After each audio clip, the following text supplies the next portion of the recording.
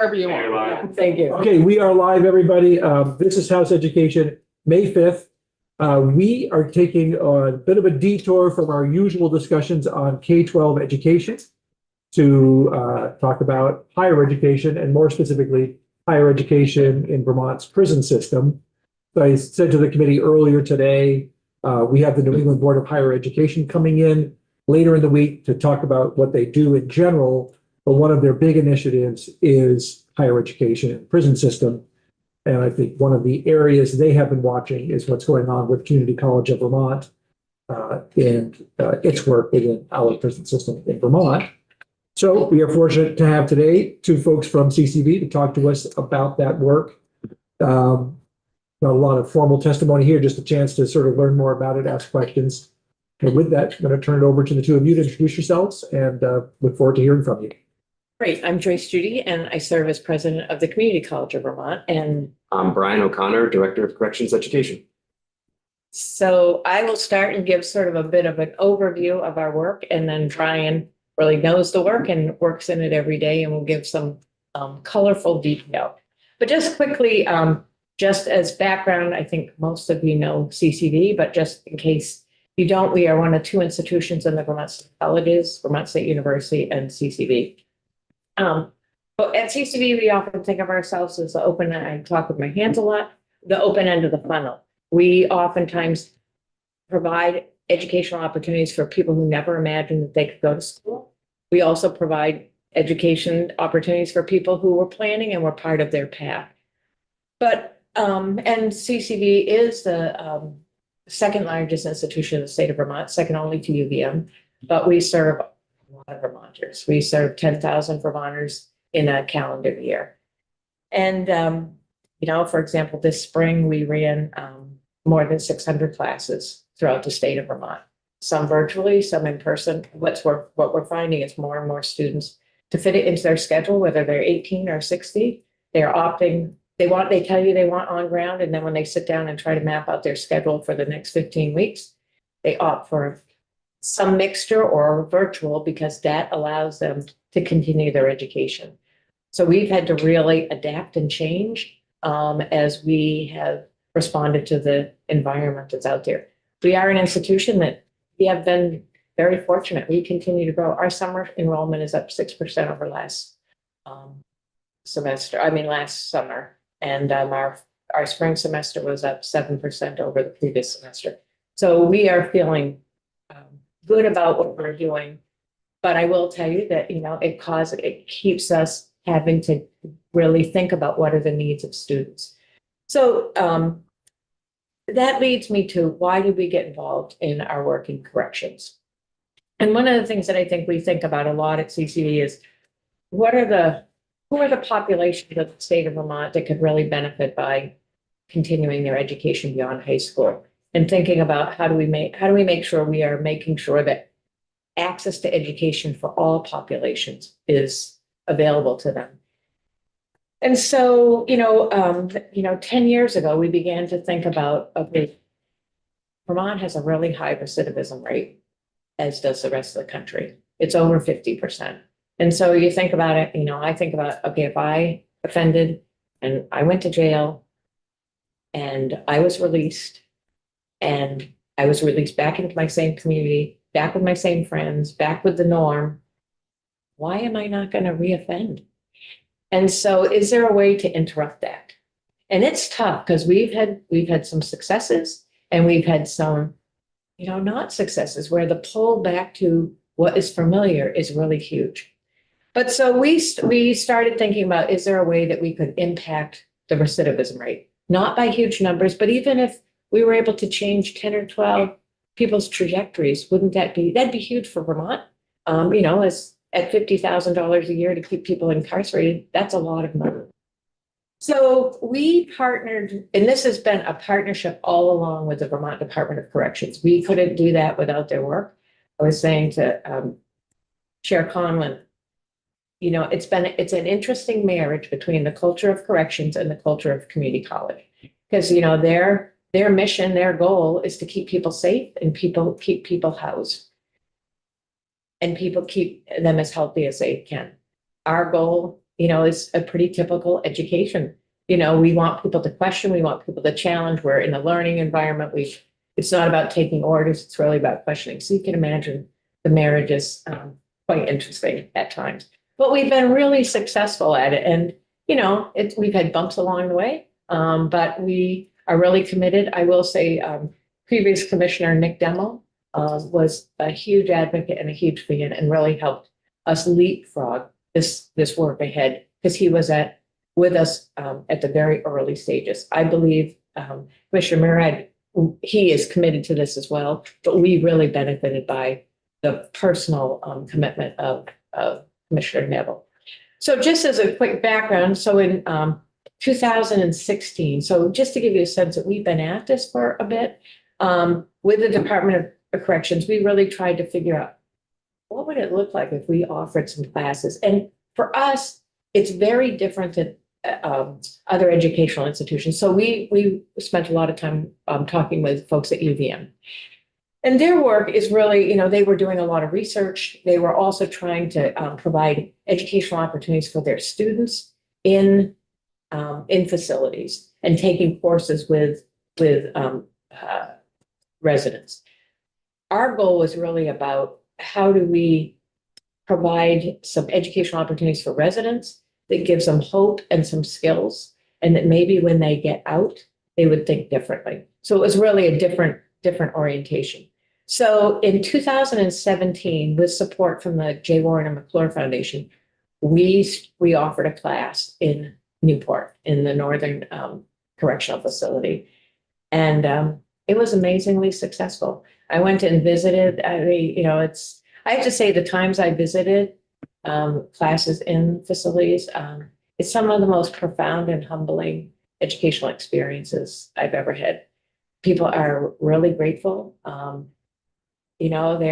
It's interesting. Andy Polito, do people remember? Andy was Commissioner of Corrections for 11 years. And then when he retired from the state, he served as our Dean of Administration for 5 years. Now he's retired and lives in Florida. I can't believe he's retired, but he often shared, he was with us when we very first started this work. And he said to me, and it's always has stuck with me. He said, I think of people who are incarcerated in 3 buckets. He said, there's a bucket like you and me. We made some really dumb choices and we are paying for it now. And when we are discharged, we'll be fine. Then there's this middle group of people that with some direction and some support could become really productive citizens in the state of Vermont. And then he said, then there's a bucket that, they really shouldn't be on the streets. And they're people that, we shouldn't spend a lot of time trying to figure out how to rehabilitate them, but focus where you can really do a lot of good. And so we started that work, and then we were fortuitous in 2 ways. One, at the federal level, they began to have conversations about allowing people who are incarcerated to be eligible for Title IV financial aid.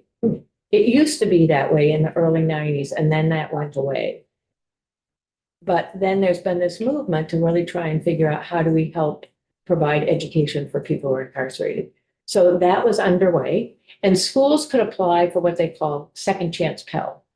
And so we were able to demonstrate, because we had already started to offer a course or 2 in a facility, that we were a viable candidate to become a second chance Pell organization. So we were granted second chance Pell status, and we were going to start it in July of 2020.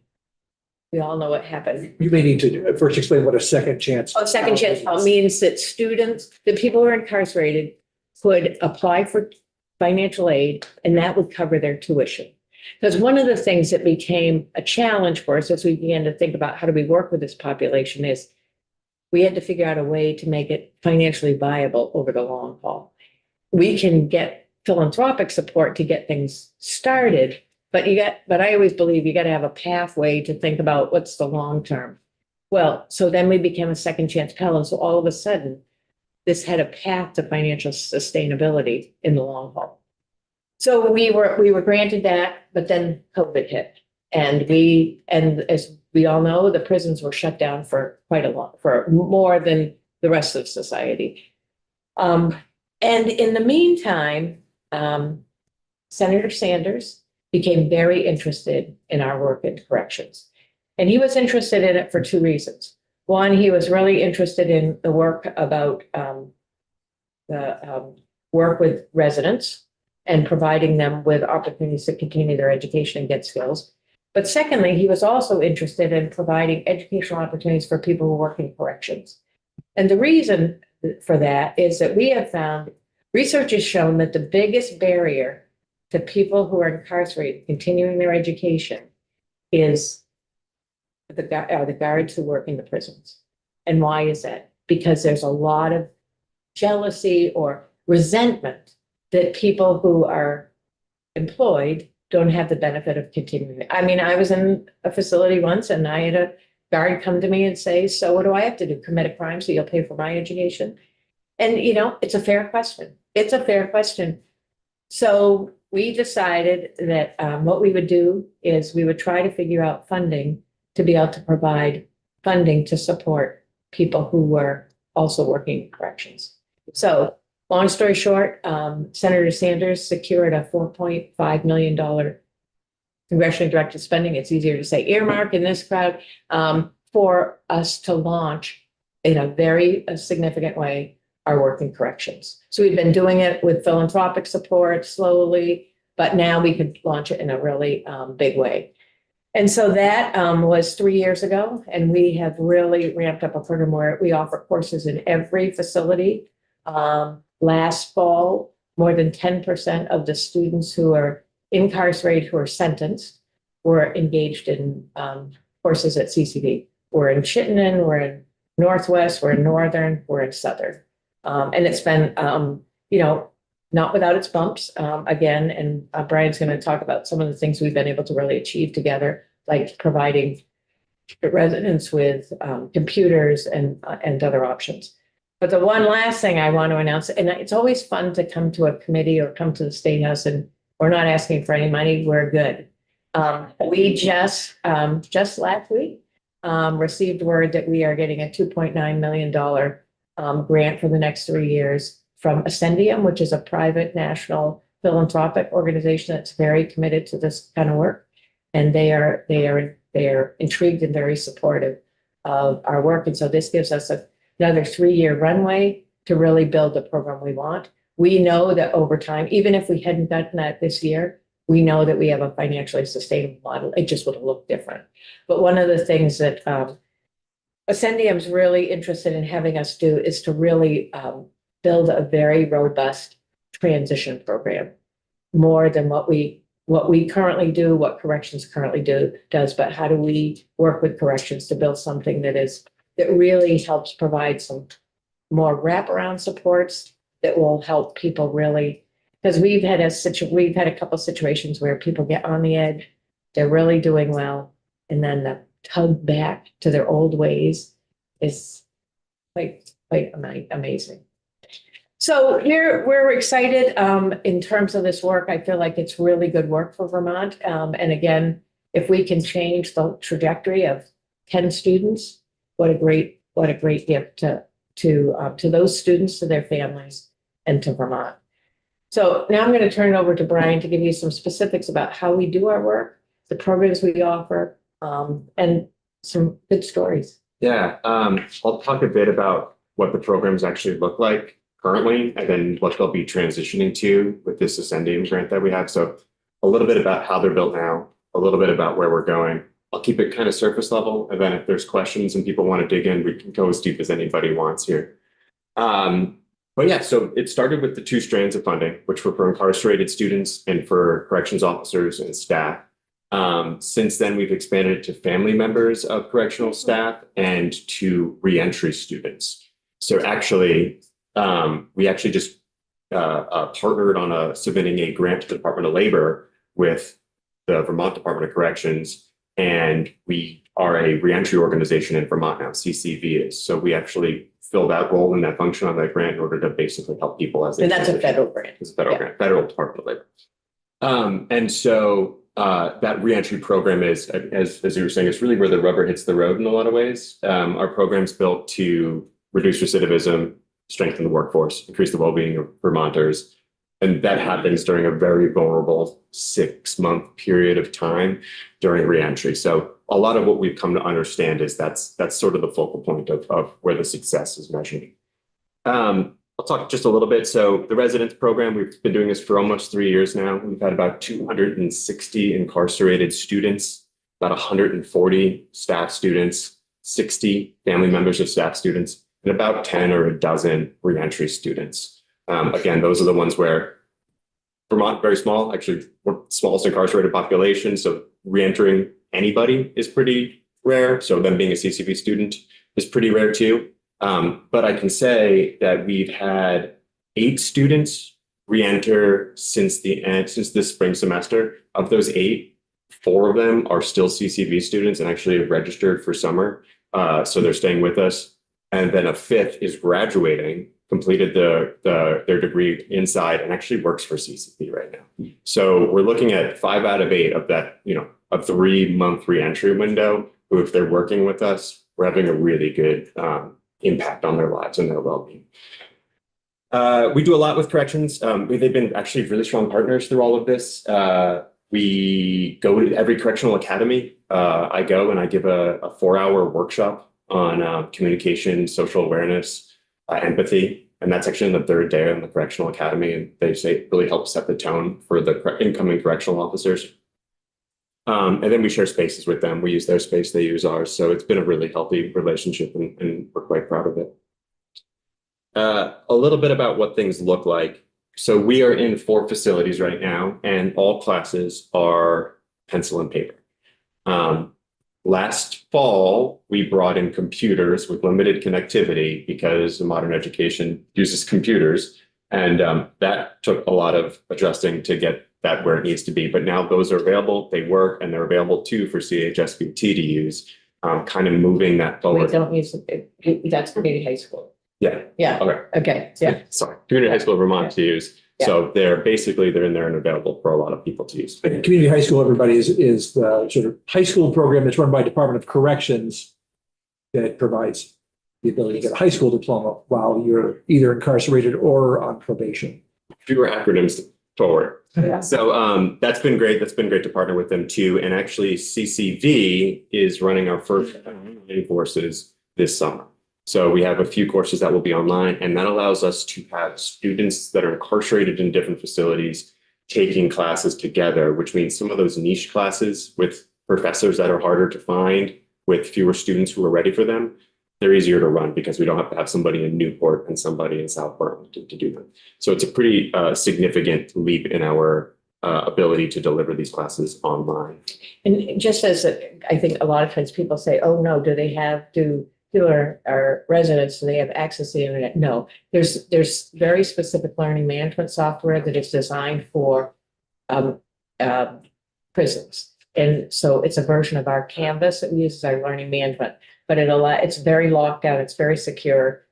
So what's available to them on their Surface computers is just through the learning management system, which is very locked down. So they don't have access to the internet. They only have access to the materials that we have put on them. So it's a very secure, and it's a program specifically designed for secure facilities. That's correct. And so that will expand a lot of the opportunities we can offer.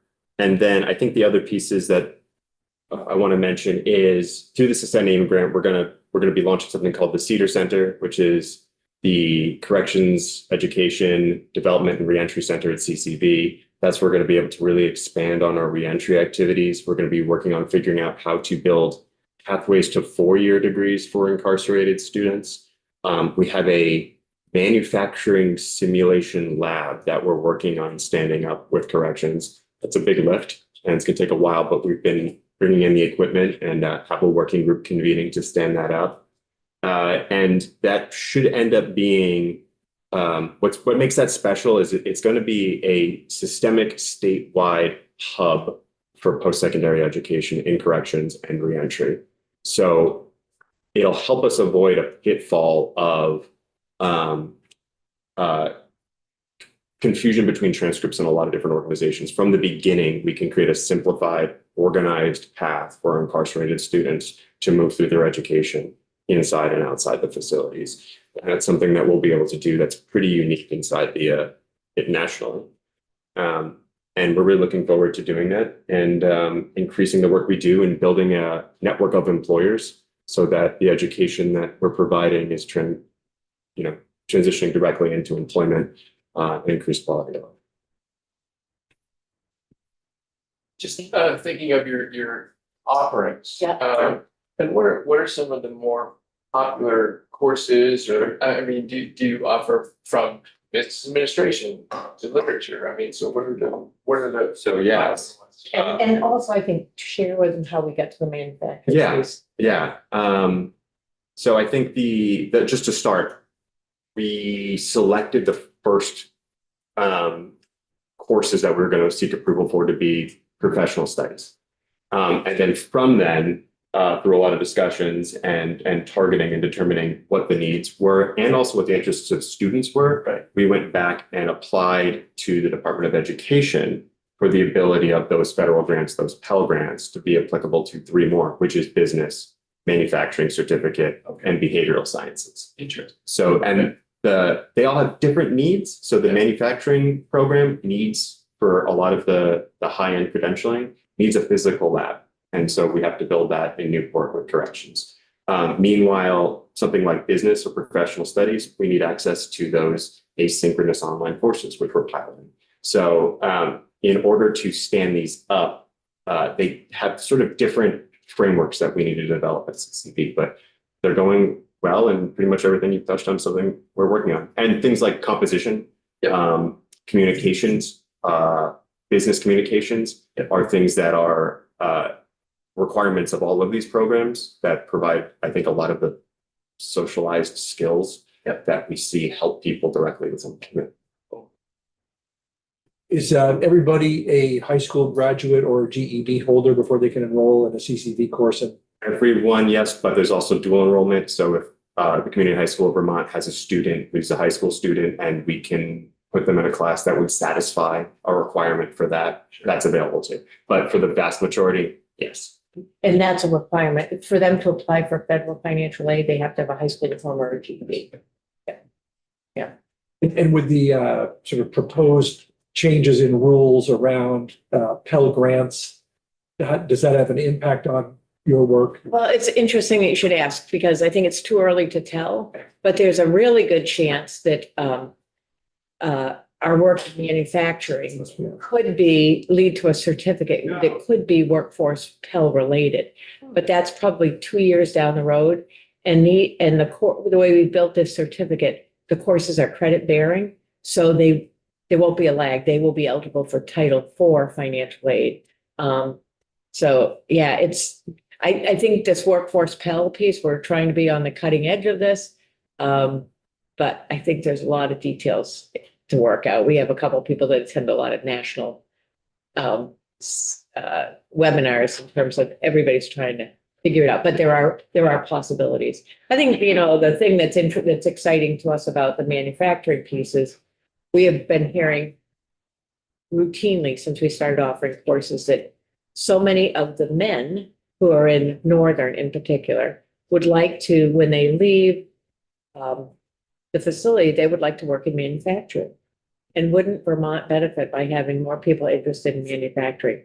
So we are trying, we have bought some of those equipment that needs to go there. Corrections is working to find us a place that can actually house it. But it's, so that'll be very exciting. Yeah. We've even found partners. So Rhino Foods partnered with us in corrections in order to submit that grant to the U.S. Department of Labor in order to basically build employment pathways or apprenticeship programs to say, this is the end goal here. How do we build a credentialing and accredited credentialing pathway there for them? And so I think we're built to be really agile and to fit into whatever needs arise. Way back when So I've been on the committee for 10 years and we were, I think, when we had community high school of Vermont sort of under our jurisdiction, but we talked about some other programs as well. But there were a couple of real roadblocks in moving forward. One, when it came to sort of CTE, sort of rules around safety with tools and all of that. I suspect what you're offering, that's not as much of a problem. But the other one was inmates constantly being transferred among facilities. Yes, so this has been part of our work is to try and look at compromises. How can we, so one of the things that for years, we didn't do a lot in facilities because the constant transfer, and if our classes were set up to be 15 weeks and week 7, they're moved. So now Brian's work with folks at corrections, if they're enrolled in a course, it is a consideration before they move. So we've often said, if it's a safety issue or there's something that is overriding, that always takes precedent. But if there's a chance that they could remain where they are, we're not saying don't move them, but let them stay till the end of the semester. This has become really routine for us.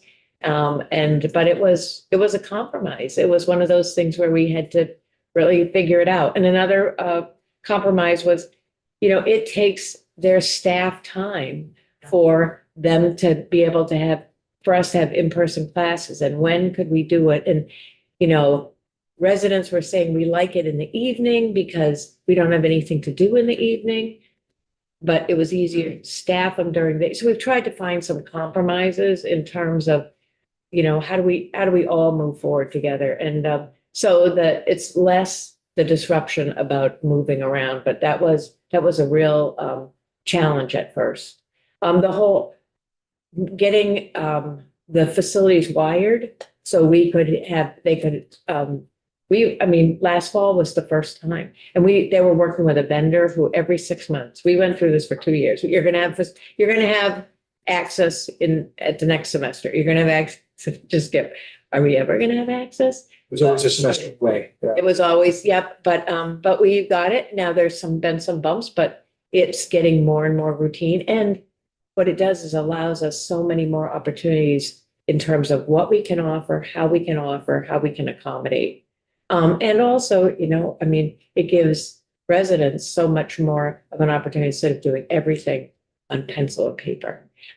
That's one of the challenges for our faculty is everything that they take into the facility, it's like a 2-week, they have to have it all approved. Pens can't, certain pens can't, bindings, all of that. It just all has to be scrutinized. And that's where the culture, those two things sort of rub, if we have a faculty member who thinks like the night before their class, it would be like me, well, I think this would be a good thing. I'll bring that is not viable. Think about teaching in the early 80s. This is what it looks like, but it's changing. And I think the community high school would say they've really benefited by this push too, because now they have more access to technology. So yes, actually, we are always debating here having less technology in schools. I know. But there's a medium. There's nothing or the engagement of the student. It's so going in and I also, it happens at the correctional academy too, because they're all new cadets that can't have their phones anywhere near them. But being either at the correctional academy or inside the facilities, the level of engagement is so much higher because the distractions don't exist. But I just actually want to give a little bit of credit to corrections. They've, I think, made a real effort in reducing the transfers and movements, and we've absolutely seen that. And they will move students who want to take a CCP class to a different facility if the class is being offered there. Oh, wow. So they arrange, and it's a whole big deal when they have to do that. They can't tell anybody what it's happening. They move those students in a van. We don't know when it's happening. And they have moved 4 students from northern to southern state down in Springfield so that they could fill slots in the class. Wow. So there's been a tremendous effort from them to make sure that these students to continue. To be clear, the classes you're offering, there is a person, a faculty member there with a group of students, person, and it's, as you say, it's paper and pencil. Yeah. And we oftentimes have additional staff people there because we have advisors that go in and work directly one-on-one with students. So we provide, it's not an inexpensive program to run, and we've been very fortunate to have outside support. Over time, we will be able to use technology a lot more so that we can support students in some different ways. But right now, it's really labor intensive. It's a one-on-one. And, you know, we've been very lucky. We have a lot of people who find teaching in a facility really so positive. And, but we also have people who really don't want to do it. And for a lot of reasons. One, they don't want, it's, you know, traveling to Newport. It's not exactly conveniently It's not located. that- Yeah, and you know, sometimes it's at night and they don't want to go, you know, but I will tell you that the majority of our faculty who teach in a facility then want to go back and teach again and again. It's, I'll share a couple of little stories that when I visited, and then I want Brian to share his pencil box story, because one of the things that we, as Brian said, we have tried to employ some of the students who have been, or the residents who have been discharged, and it's because we learn so much from them. They tell, we get a much better picture of what the culture is like. But, you know, I was in visiting a class not too long ago, and, you know, I said to this class of, you know, it's all men, it was in Northern, couple of really, really big guys, and I said to them, so when I talk with people outside, because they talk about being on the outside, what should I tell them about you taking classes, and why should they, this was about funders, why should funders support you? And we went around, and this guy, he gets really emotional. He's a big guy, and he said, you know, I just want you to tell them that this is the first time my family's ever been proud of me. I mean, that's pretty emotional. And then another one, a few people over later said, it's the first time I've had a chance I have an opportunity to talk with my daughter about something meaningful. Those are, you know, even if they, you know, don't come fully to where we want them to be, those are some pretty profound moments where they've had the chance to really reflect. But I want Brian to share the pencil box story, because it's so important for us to understand the culture. And we, you know, we often think we know what's going on when we really don't. Yeah, I think that's why it was so interesting, because it was not a way that I would communicate this, but we run orientations the same way we do for any student outside or inside a facility. And we have student orientation support. So students who have gone through it, been our students for a while, understand the culture. And one of those students was going through an orientation with me, and I asked if he had any thoughts. And we give every student a pencil box. They get one. And it's kind of a precious thing inside a prison to have a CCV pencil box with pastels or erasers or pencils in it. And he basically said something effective: the pencil box is a test. You don't need it to pass. You don't need it for school, but it's a test to yourself. Are you going to keep it and hold on to it, or are you going to sell it for something else inside the prison? And it was just this kind of, I don't know, just very different angle of looking at the whole thing that I would have completely failed to be able to communicate to a group of students who was at a very different path in life than I had. And it was just a very interesting moment of him using, I think, the environment they were in to communicate the significance of self-discipline and what you owe yourself in terms of being a student at CCV. So it was great. Is it fair to say that most of the students who enroll are not on an associate's degree pathway, but are really taking classes just to better themselves? They all are on it. Well, the vast majority are on an associate's degree pathway. They think they are, but they might be at the very beginning. I mean, that's their goal. But, Yeah. And so CCV does something called nested credentials and micro credentialing. So there are benchmarks that students hit along the way to an associate's degree. So a manufacturing student could get a certified production technician micro credential along that way. So that's the path, that's the trajectory, but there's different sort of points along the way that provide benefits. And some of that is all in the way is about financial aid. Because students, in order to get Title IV financial aid, have to say they're seeking a credential or a degree, even if they only are going to take courses for 2 or 3 semesters. But that's the end game, even though they may never get to that. What's the bachelor's pathway that you mentioned earlier? It's really, they can, I mean, because we have pathways with other, you know, lots with Vermont State University, lots with UVM, lots with Champaign, lots with these are all, I mean, they're all same courses that they would get. So when they get out, if there's an opportunity for them to continue and, you know, wherever they are, and however they want to, whatever programs they're interested in. And do you have like, what becomes their status if they're out and on probation? Would they just sort of convert into a regular CCB student? Yep. Qualifying for whatever financial aid might be available? Yes, and what's nice is because we are Vermont, we see Vermont as our campus, we can hook them up with whoever is closest to them. So I think that, but one of the things that with the Ascendium grant is we really want to try to build, it's more than just giving them an advisor. What is the other wraparound service and supports that they need to help them be successful as opposed to just going back to an old routine. I don't know what that looks like because this is all brand new work. So the number one answer is housing, as it always is. Yeah, secure housing, yeah. Childcare, income. Life skills. So I don't, you know, the good news is we have some funding to work with. The bad news is what are the options? I do think, and I think about the manufacturing needs in Chittenden County, but there's just always running into that brick wall of lack of brick walls to build housing.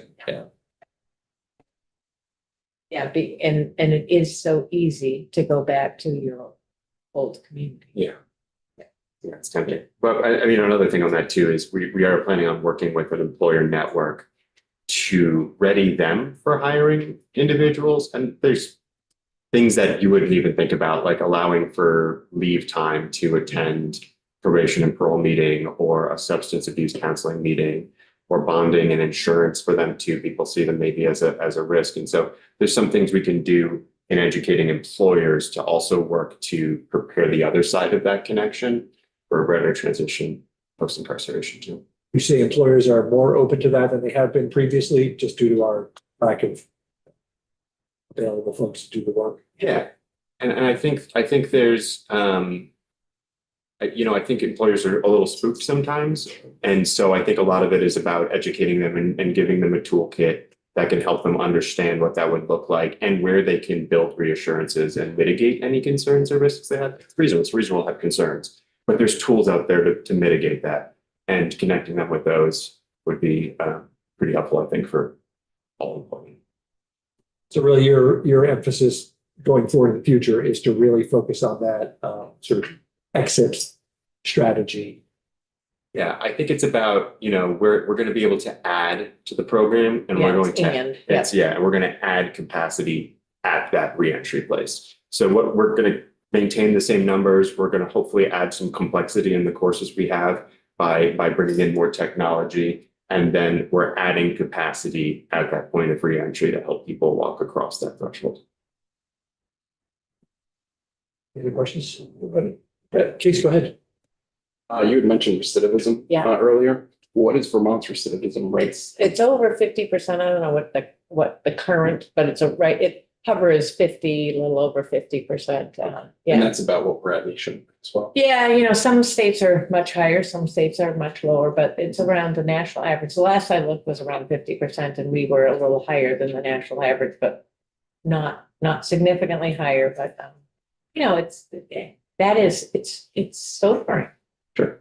Because we incarcerate, the nation incarcerates a lot of people. Mm-hmm. And the fact that we're at that level is, we should be able to do something better. Sure. Do you track recidivism rates for those who have taken at least a course, if not multiple? Well, we're pretty early on. Yeah. With Cedar Center, we will be. So Yeah. our with that Cedar Center is the new expansion to center-based. And so we're going to continue looking at registration, enrollment, student success, but also employment status, continuation with CCV, recidivism, and start to see how can we actually affect those numbers and use those as performance metrics post-release. So we really haven't done much reentry. And I think really post-secondary education in general is trying to figure out what's our role in reentry, because we're not social work organizations, but we do have student services. We do care about employment. And so there's a space there, and we can make an impact. And so we are going to start measuring our success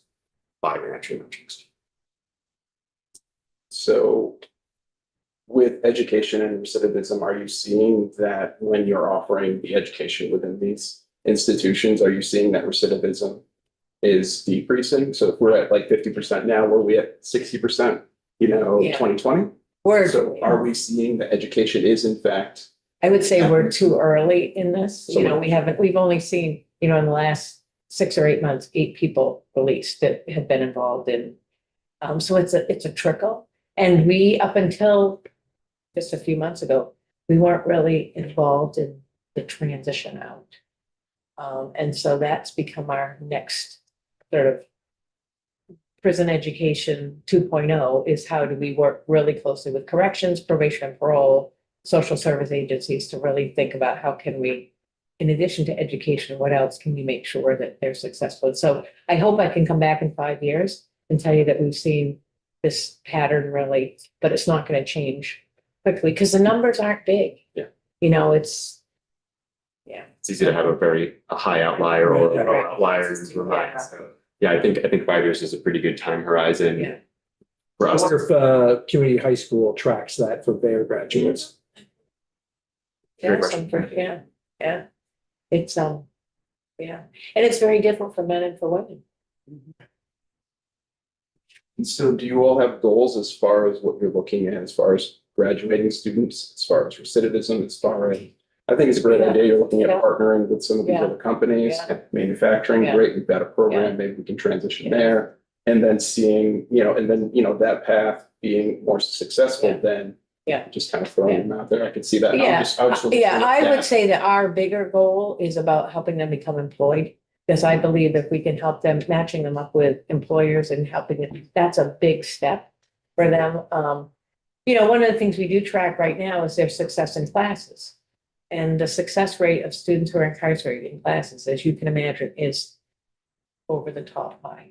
They have plenty of time and they always come to class having, it is rare to come to class and a student not have done more. And so the success rate of students in those classes is really high. That's what we can measure right now.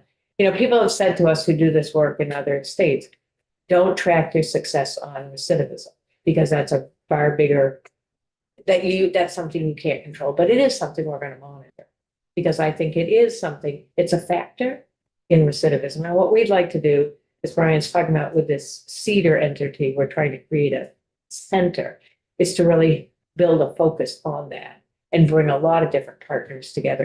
It can't just be CCB's work because they're going out into multiple communities. We can be very successful with them on the education front and it'd be a disaster for them in their employment or they can't find housing or all those other things. There's a lot of other factors that go into the recidivism challenge. And you have to take factors like our inmates who take CCB courses with a passion, self-selected, the people who probably aren't going to recidivate. Yeah. Anyway. And I believe they are, although I will say that early on, not this current, I haven't met that person, but the person previous to this made a very big deal about how having CCD classes in the facility had changed the culture of the facility. And he attributed is that, they had 2 or 3 leaders from the community taking CCD classes. Yeah. And that sort of began to flip the culture.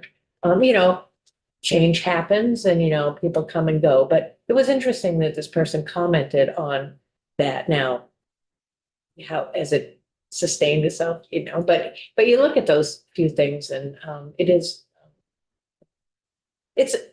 a work in progress. This is a very hard nut to crack, but going back to our belief that, there are populations in the state of Vermont that can really benefit by education. This is one of them. And so however we can support them, what the good news is, this is not costing the state dollars. And so that's why, like when I was in corrections and institutions, it was like, and corrections with us, we were like, we're not asking you for any money for this. This is something we're able to sustain right now, which feels good. A note on the self-selection, when you were talking about the 3 buckets, that third bucket, they're not really signing up for classes. But there are some interesting things that are happening. So for example, there's something inside a prison called a keep apart, which is two individuals cannot be in the same room at the same time. Can happen for a variety of reasons. Keep aparts really make services, education, study halls difficult to do because all of a sudden we have to track who everybody is, make sure we're not getting people confused. So we basically said you can't have a keep apart and come to these classes. We need you to clear that. And now we are seeing people going in, clearing their keep aparts, of clearing their records of and making sure that they can do these things so that they can participate.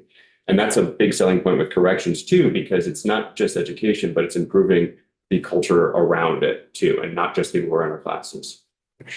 Yeah. And I would also say probably that the other thing is corrections gets to approve or deny a person's ability to take courses. So if there's behavior or safety issues, they never make it to us. And that's one of the compromises that we agreed to. They were really, and we were, no, that's your business. You have to keep the place safe. And so there are many students who don't make their way to us that may aspire to take a course, but they've got some work to do on this side before they can be cleared. I assume the correctional officers and their families are not taking classes alongside. They just get to go. They get to take CCV courses, and it's been really nice. And I will say that is the one place that we don't have continued funding for after the earmark expires at the end of this year. And so we're really looking to try. I know Senator Sanders has put in for additional earmark money because this is a program he really believes in. He was kind of, people who know Senator Sanders can appreciate this. So when he called me to tell me about the $4.5 million earmark, he said, Joyce, I got good news for you and I got bad news for you. He said, the good news is you're getting the largest grant that I have championed for this time. He said, the bad news is I'm personally invested in this. I'll be calling you regularly. And he's lived up to that promise. Well, that's a great benefit for those. It is. Staff members who work there, because I know it's real hard to recruit those people these days. Yeah, no, it is. And Benefit. yeah, and I don't know if you see the corrections moment that Commissioner Demo was doing during his time, and because it was about recruitment, it was on TV.